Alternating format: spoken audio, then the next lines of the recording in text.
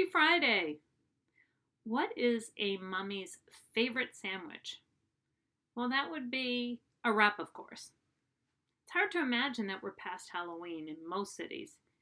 If your city is celebrating the holiday this weekend, then go out into the community and have fun. And speaking of community, Jumbo. Jumbo means hello. I recently returned from a trip in Kenya. I visited with the Kenyan people and my new Kenyan family, and I learned a lot from that group. I learned that this is a culture of community. I was welcomed by all of the folks in that community. I was made to feel like I was part of their village, part of their tribe, part of their community, right out of the gate, and I was appreciated. And as I think about culture and I think about engagement, a sense of community is a basic principle for engagement. So, as leaders, ask yourself this: do I have a culture in my team or in my organization that screams we're one community and we're all in this together? And if you don't, pause and say, what can I do to change that? Community, that strong community culture drives engagement. So the first thing I would suggest that you do is look at your onboarding process.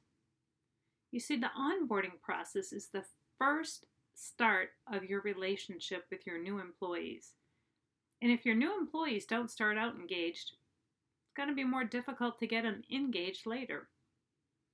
When new employees start, they ask themselves this question within the first few days: am I going to fit here? Do I belong? Is my experience and my skills appreciated? Do I bring value to this organization?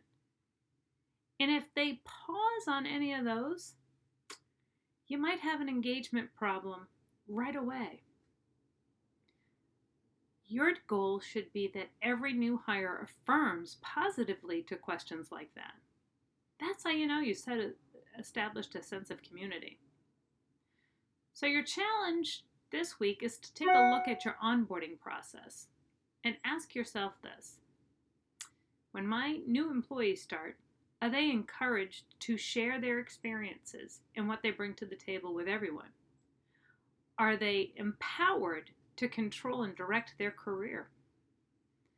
Do I let them make decisions and bring value right out of the gate? Am I assigning them with somebody, a buddy, a mentor, that can help navigate the nuances of my department or my company? That onboarding experience is the first step in creating a culture of engagement and a culture of community. So ask yourself those questions, examine your process, be sure that beyond the policies and procedures and all the things that you need to go through on orientation, that you focus on the individual and you formally create ways for them to feel like they've just been found. That missing puzzle piece has just been found that makes your community whole. So happy Fast Fun Friday. I'm glad to be back. I'm glad to say hello and hope you have a wonderful weekend, and we'll chat next week.